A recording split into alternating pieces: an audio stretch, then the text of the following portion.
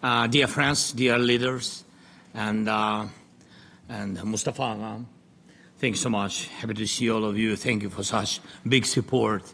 And really, it's very important. And I'm pleased to welcome all of you to this summit of our Crimean platform. And today, with over 60 participants, as Minister already said, this is really huge result. The summit is taking place for the first time on a global stage on the margins of the UN General Assembly. This is to show the global harm caused by Russia's occupation of Crimea and also the harm caused by the world's powerful nations for not responding formally and in time to Russia's aggression in Crimea. It was that weak reaction that brought back Russia's addiction to war and rage. And it was in Crimea that Russia broke one of the basic rules of normal life among nations by illegally annexing our Ukrainian Crimea. It was Russia's actions in Crimea that showed many predators around the world how it can be so easy to take a piece of another state. And this is not just a piece of land, it is a piece of life. Ukraine is home to many peoples, and especially to the indigenous people of Crimea, Crimean Tatars, a people who can truly feel what home means only in Crimea. Russians have many places on their vast land to feel at home, but for them it is never enough. Even the largest territory in the world is not enough for them. And from Crimea, Russia returned to its old imperial habit to take what is precious to its neighbors. Dear friends, we have to remember what Crimea is. We must act so that Russia knows we remember, and we will not forgive, and we are fighting for international law and basic human justice and prevail.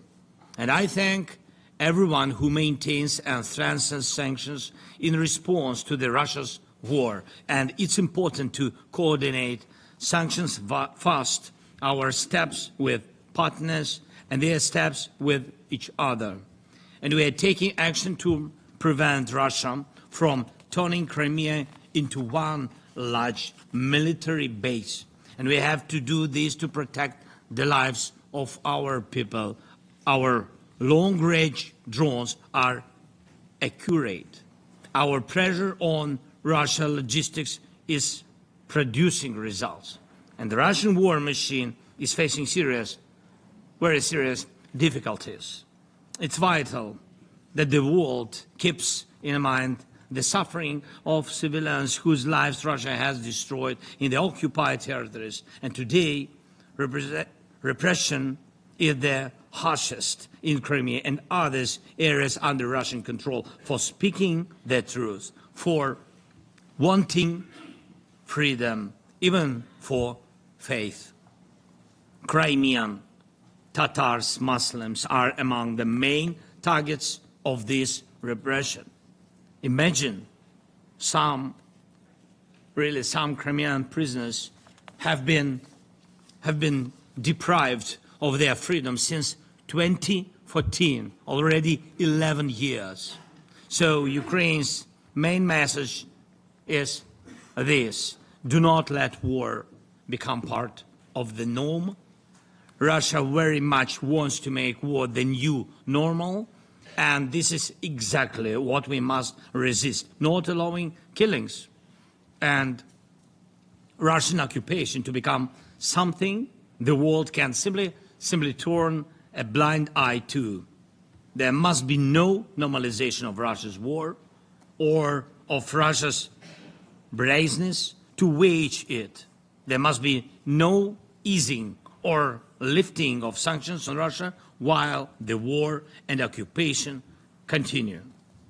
And there must be no forgiveness for what Russia has done, starting from 2014. The occupier must be held accountable for the occupation and for all the crimes of this war, a war in which only Russia is guilty. Thank you to everyone. Thank you who stands with Ukraine, to all the leaders and to the leader of Crimean Tatars. Thank you very much. Slava Ukraini! Thank you.